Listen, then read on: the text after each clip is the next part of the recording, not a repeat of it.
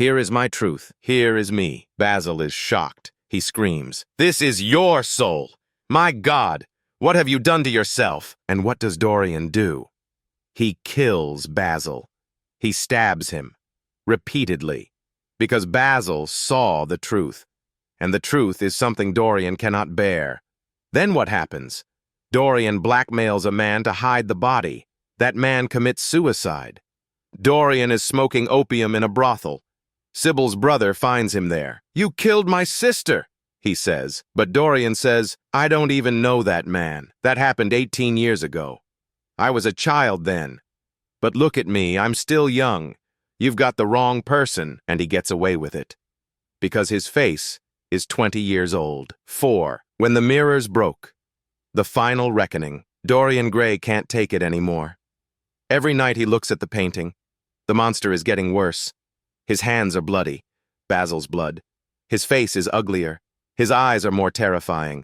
And Dorian realizes, this painting has enslaved me. This painting has become my curse. I must destroy it. But what he actually says is, I must destroy my truth, because I cannot live with my truth. Dorian takes the knife. The same knife that killed Basil. He approaches the painting. He prepares to stab it in the heart. If I destroy this painting, I will be free. I will return to the old Dorian. And he stabs. A scream, a thud. The servants rush upstairs. They break down the door. They enter the room. What do they see? Voice slows, dramatic tone. A perfect portrait hanging on the wall. Young, beautiful Dorian Gray. And on the floor, a corpse. Old, wrinkled, ugly, decayed. A knife in his heart. Who is this? Dorian Gray. Because that knife wasn't stuck in the painting. It was stuck in himself. While trying to destroy the painting, he destroyed himself. And at that moment, the spell is broken. The portrait returns to its original state. But Dorian, he regains his true age and his true face. 18 years of sin, 18 years of evil, 18 years of lies, all come back to haunt him at once, and he dies. 5. Dorian Gray. In 2025, we are in the age of narcissism. Oscar Wilde wrote it in 1890, but we are living in 2025. Dorian Gray used a portrait. What do we use? Photoshop, filters, cosmetic surgery. Dorian looked in the mirror and was happy when he looked perfect. What do? We look at Instagram. 500 likes, 1,000 likes, and we're happy. But our real face, our unfiltered face, we hide it because it's real, and the real is scary. Dorian's portrait grew uglier with every sin. Our Instagram gets more beautiful with every filter. But our real face, is it getting uglier? No, but it becomes invisible. Here's the 2025 paradox of narcissism. We don't want immortality like Dorian. We want to look perfect, always, everywhere, in every photo. And what do we do for that? We change our faces, surgery. We edit our photos, filters. We hide our reality, social media. Dorian locked his portrait in a room. We lock our true faces in our homes. What did Oscar Wilde mean with this book? The obsession with beauty destroys you. Narcissism is a curse.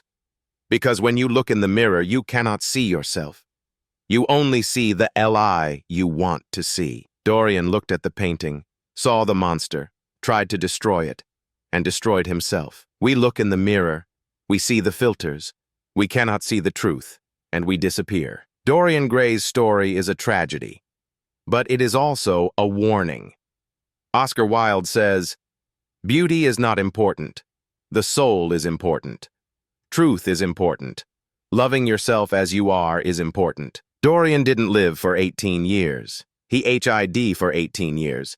He ran away from the truth, and in the end, the truth found him. In 2025, how many people are hiding? How many have disappeared behind filters? How many have forgotten their true face? Dorian had his painting. We have our Instagram. Dorian was horrified when he looked at the painting. We are happy when we look at Instagram. But the question is, when the filter is off, when you stand in front of the mirror, when no one is looking, who are you? Dorian Gray died in 1890, but narcissism lives on in 2025. The difference is this: Dorian didn't choose it. The spell was cast on him. But us? We choose it every day. The filter button, the edit button, the hide the truth button. And perhaps the greatest paradox is this: Dorian eventually stabbed the painting. He tried to destroy his truth, and he destroyed himself. Us? We destroy our truth every day, but we still live, or do we? Did Dorian Gray's story affect you?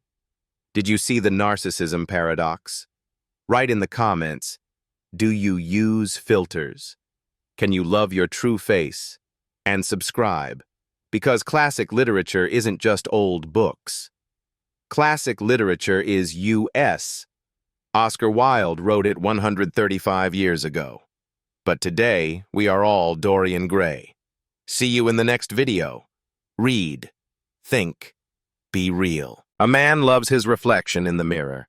He loves it so much that he makes a wish. I wish I never grew old. I wish I stayed young forever. I wish that painting grew old, not me. And his wish is granted. 18 years pass. The man is still 20 years old. But the portrait in the painting becomes a monster. It wrinkles, it becomes ugly, it decays. Because every sin, every evil deed, every lie is etched into the painting, but not onto his face. Oscar Wilde, 1890. The Picture of Dorian Gray. Today I'm going to tell you the darkest story of narcissism. How a man's obsession with beauty turned him into a monster. And the most shocking part, this story was written in 1890. But in 2025, it's happening on Instagram, on TikTok, everywhere. Are you ready? Dorian Gray's mirror is shattering. Beauty cannot be evil. The first lie. Dorian Gray is 20 years old. A perfect face, golden hair, innocent eyes. Everyone looks at him. Everyone loves him.